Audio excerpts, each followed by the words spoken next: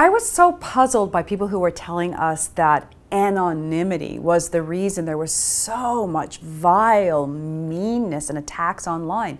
It just didn't make sense to me. I know a lot of people who do really great things anonymously.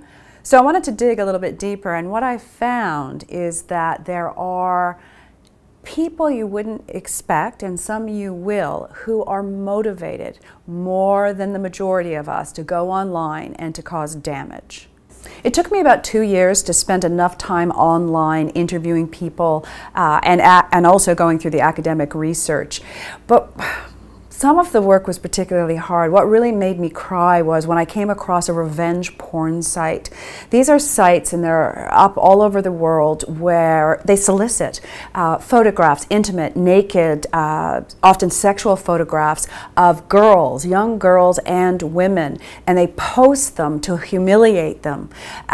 They're usually being sold or donated by vengeful exes, ex-boyfriends, ex-husbands, and sometimes the only way you can get your picture posted is if you provide the name, the address, the birth date, and all identifying information of this particular young woman or girl. The idea being that everybody around the world should join in and destroy them. And in fact, as you'll see in the book, I found women who lost their jobs, who'd been kicked out of their church groups, who had lost their friends and been so deeply devastated that, that they're under psychiatric care. Research is showing that cyber abuse can be much more damaging than traditional bullying, in part because it's permanent, it's around the clock, and it can be easily shared and reshared. But it's even more than that.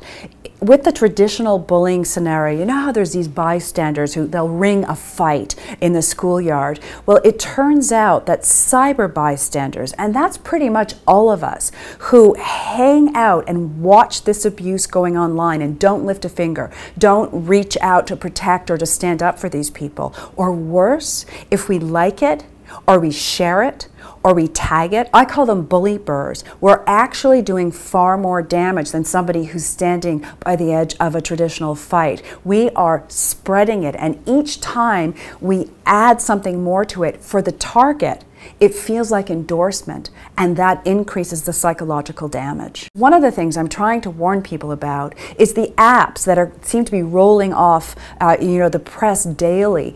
They don't tell you the truth. Snapchat, for example, which promises that your images will disappear in 1 to 10 minutes. Well, if you really dig deep, you'll find out there is in fact no such guarantee, and that Snapchat is in trouble right now in the United States for making a false promise. Those photographs can go somewhere beyond just being screen capped. They can go somewhere. We need to talk about this. What we need to understand is that there's a minority of people who are really motivated to do harm, and they are often suffering from mental illness.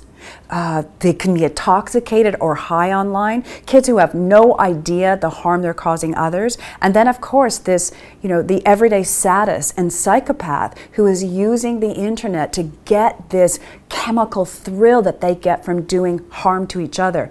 Know who's behind this, and it helps you understand a lot and take less seriously what's going on. But more than anything, we have a mental health crisis.